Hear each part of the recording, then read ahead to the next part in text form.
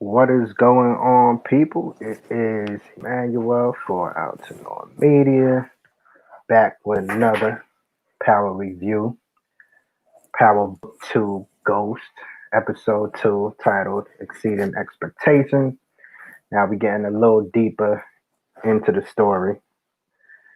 So now, with this episode, of course, we know last week Tasha was about to get off, but they pulled the deal off the table, and then they gave her a whole bunch of trumped up RICO charges. So this episode, Tasha on doubles down on implicating implicating Tommy in the activity.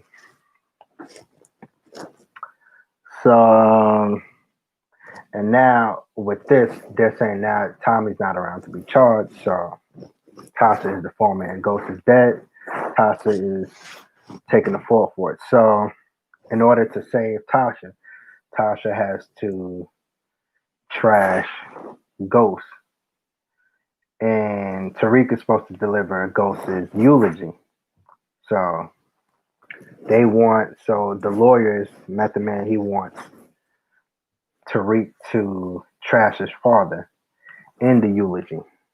Because Ghost has to look like a complete monster, a drug dealer, kingpin, everything in order to save Tasha. So that's what the whole episode revolves around is, them deciding what they're gonna do for at Ghost's funeral. And the thing with this situation is because now Tariq has a meeting with Simon Stern also.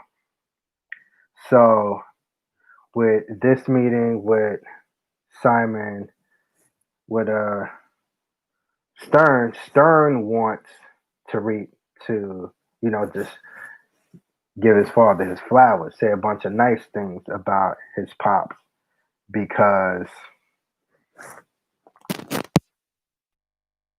to say a bunch of nice things about his pops because Stern's business depends on the positive image for Ghost, and he tells Tariq that also if Ghost gets trashed, then that negatively affects his estate too, and that's going to affect Tariq's paper, and that's going to affect Tariq's ability to take care of his family. So now Tariq is in a tough situation, where he has to choose between saying terrible things about his pops and therefore helping his moms out, or saying good things about his pops to save the business, to save, the rest of his livelihood, but also that's going to save his family too. So, and grandmoms, Tasha mom, she not playing. She need to be taken care of. She used to a certain lifestyle. She need to be taken care of. She already let Tariq know at that funeral. She like, this funeral, you spend a whole lot of money on this. Me and Yaz already struggling. So Tasha's mom is not playing. Like, somebody better take care of her. She not playing with her. So now we see a lot more of Mary J's character, Monet. So her long time, her husband, the love of her life, he's in jail, prison for life. She still wears the wedding ring, so she's still committed to him. But she's having a little thing on the side with the police officer, and the police he trying to cuff her, but Mary is like, nah, chill, because her husband's name brings her protection, and the business could keep running. The police, it's crazy. He a police officer and he can't protect her. He can't give her the level of protection that her husband's name could, which is crazy. But he really trying to cuff. And the crazy thing about that, at the end of the episode, when they're supposed to keep it a secret, because when she was in bed with him, she told him, you gotta leave before the family shows up, before her kids see. And when he goes to her house at the end of the episode to try to show that he could look out for her, he pulls up like right in front of her house in a police car. Like, if y'all supposed to be discreet, how the hell you pull up? You park right in front of her house. You pull up to the front door, basically in a police car with whatever you have in your hand. So yeah, so of course Stern crazy as he was sipping on some type of, I don't know if it was like a coffee, one of them Starbucks type drinks with the whipped cream on the top, and he was he said back in his day all they had was I think he said something coffee and cocaine, something about that, but Stern crazy. What else we had going on? So Sax is still Sax. Sax is a damn asshole, but you could tell he's a little torn about what he's doing. He knows damn well that Tasha isn't a queen pin. Tasha wasn't running the organization, but he has to do what Mock and the Democratic boogeyman wants him to do. So he's trying to prove that case and all that. And they want him to put everything on Tasha. Every single thing that goes there, they want him to put it on Tasha. And so we saw our two teachers, the woman teacher who's really taking a liking to helping Tariq, and the male teacher who's like the man teacher. He's like, nigga, you need to do what you got to do. Like, I'm not here to baby you. The world is hard enough, so I got to give you that tough love. So those two, they got a little something going on. And apparently he wrote a novel and he put her in the book, and that's how they fell out. But she got him a job there. She didn't think that he was going to end up working there. So they end up getting it in his office and all that. Zeke went to go see her because Tariq finished Zeke's paper, and she trying to talk about the paper and trying to see how Tariq is doing, and this nigga Zeke is spitting game to her. He like, enough about that. Like, tell me about yourself and all that. So Zeke is a wild boy.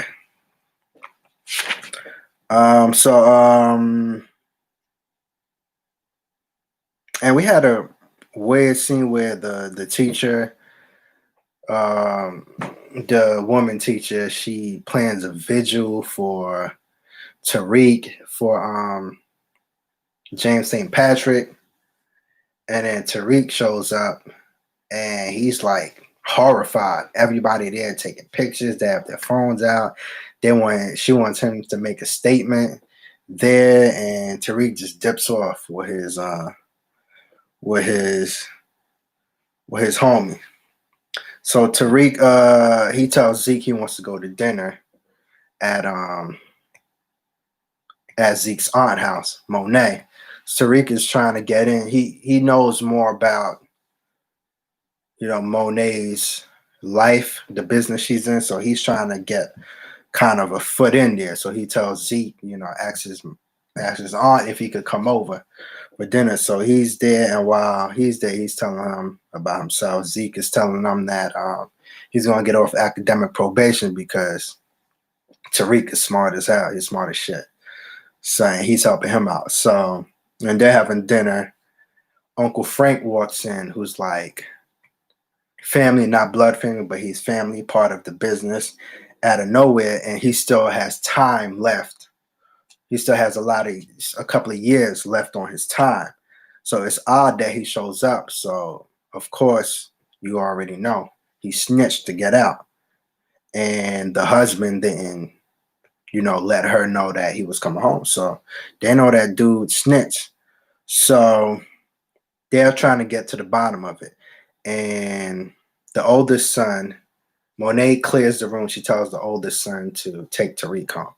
And now they're trying to figure out what's up with Tariq. They're trying to figure out his whole deal. So the son, Monet's son, he takes Tariq to a spot and tells him get out the car. So he's about to drill Tariq, try to scare him. He has his gun in his waist. He's thinking he's gonna scare Tariq because Tariq was there for the whole situation with the uncle. So you would know something is up. So he's about to scare Tariq and tell him, keep everything private that you see in our family. But Tariq cuts him off right then. Tariq tells him that his uncle is a snitch and that, there's no way he would have got out this early, this quietly without nobody knowing. A parole hearing takes months, to put together and all that. So there's no way he would have gotten out that early unless he snitched and that quietly. So he's like, tell your aunt that she doesn't have anything to worry about with me. I'm good with your family. If anything happens to Zeke, then he's fucked and he's telling the truth though, because his time at the school is connected to Zeke, because that's the deal he has with Stern, is that he has to get Zeke back on the court and he has to keep Zeke on the court in order for him to, to stay in the school. That's the agreement he has with them. So, yeah, so Monet's son is like, all right, you making a lot of sense. He's legit. So they get back with, they go back. So now we see Tariq. He got his own little Tommy, because his friend is trying to notices that Tariq is getting back into the business, and he wants in too, because he said they was boiling out at Choke when they was doing it. But Tariq is not really trying to hear him. Tariq is not trying to involve. So after the whole Vigil fiasco, they go to a party, and dude's his white friend, his older brother is there also, but they don't really get along. But it's at this party you see that these dudes are connected. They really run the campus. So they're having a party, and the party's getting wild, and the police come to shut it down. And then the older brother, he gets into it with the police officer, and he hooked the police officer. So they're about to arrest him. Then Tariq's friend comes up and tells him, my brother is just, he gets a little excited. He might be a little drunk, and he drops the name. They're like, oh, he's a Western. All right, you got to let him go. So now this dude, they let him go after he punched a police officer. So that's how these dudes are connected. The police officer even apologized. So after that, because before that, Tariq wasn't feeling the situation. But after that, he was like, oh, shit, these motherfuckers is connected. I could really use this to my advantage. So that's going to be a crazy connect that they got. So they get to the funeral. And our boy Tate is back. Tate is back, people. He fake as a politician, shaking everybody's hand. My sister. How you doing, my sister? So Tate is trying to deliver the eulogy, because Tasha was originally first it was Tariq that was supposed to do it, but Tariq is so torn, and Tasha was going to do it. So Tasha was able to leave prison, and actually she was dipped out in her big black hat, nice fitted dress. They released her. She was gonna deliver the eulogy, but they cuffed her, so it wouldn't be a good image. So Tate tried to sneak in there and deliver the eulogy, but Tariq ended up saying, he's gonna do it. So again, we're back to what is Tariq gonna do? Is he gonna trash his father to immediately save his mother, or is he gonna say good things about his father so he could have the funds to save the family because a trashing ghost would hurt the estate. So I think Tariq goes somewhere in the middle, and he says, his father was a complicated man, and that he is the manifestation of what his father could never be. So Tariq left it really open. This was some good ass acting from Michael Rainey Jr. He's grown. He's really grown as an actor. He really killed that scene. You could feel the emotion. It was real. It was real. So he really killed that scene. So after that, then we had the part where Tate is going around shaking everybody's hand. He started off with Tasha. he reaches, but like reluctantly to like reaches his hand out to shake Tasha's hand, but he know damn well Tasha is not gonna shake his hand. So, and she don't lift up her hand at all. So he's like, all right. He's like, all right. He just skips over from her because he knew she wasn't gonna shake his motherfucking hand. He shakes Tariq's hand, Yaz's hand, and all that. So Tasha and Tate, like them two, like Tasha do not fuck with Tate. Like she know Tate phony as hell. So those shit there should be funny. And then we had another return. Blanca returned. So Method Man, the lawyer, he brought in the first prosecutor who was on Tasha's first case to try to get this current RICO thing turned around to kind of show that they're trying to just they have a vendetta and they're trying to put everything on Tasha to save Ghost's image. They're saying that there's politics behind it. And the prosecutor, she validates that. But then Sachs brings in Blanca, who's back. And he brings up Silva. And he tells her answer just yes or no. That Tasha knew where Silva's body was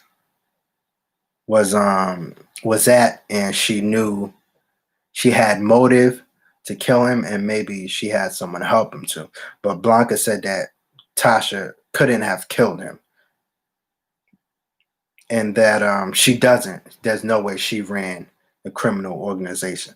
So Sachs really twisted, really just made her say yes or no. Her yes or no answer pretty much sealed Tasha's fate. She there was no way for her to get more specific because it was only yes or no. So after that, she told Method Man, the lawyer, she told him that you need to, when this thing goes to trial, you need to get me on the stand because Tasha is not a queen pin and Sachs is fucking dirty. So Blanca will be back, and now she really got it in for Sachs. So then we get to a scene where Monet's oldest son, now that we know for sure that Uncle Frank is a snitch, yeah, they really shoot him twice in the head. Boom, boom. Cut up his body, put him in drums. So they have an official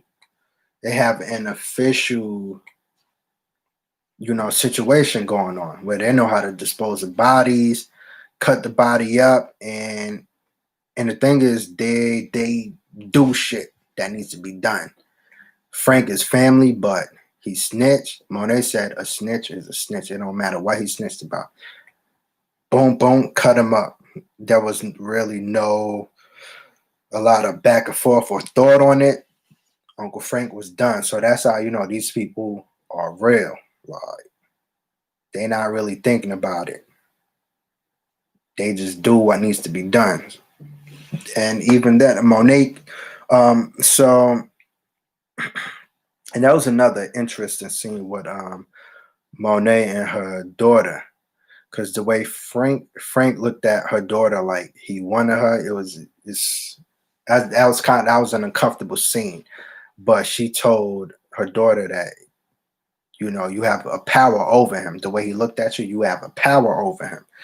So to use that, and she went to go see Tariq, and I think she used that. She used in that situation. She tried to use her power over Tariq to get some type of information. So when she goes to see Tariq, Tariq asks her about her father and asks her, can he get something inside to her mother, because there's a woman who's locked up who needs a morning after pill, and I'm guessing Tasha is going to use that pill to gain some leverage in there. So Tasha goes to her room and she sits on her bed and she feels it's lumpy. So under her bed is the book that Tariq is reading, and inside is a morning after pill and a phone. So Monet got that phone into Tasha, probably through her husband. So and Monet's daughter tells her that, she's like, all right, so this is something we can use. She tells her mother that that Tariq was asking if her dad can get something into his mother. So at the end, we see the cop. Yeah, he comes over, parks his police truck right in front of her house. But at the end, she asks the cop to find out some information about Tariq, and the episode ends.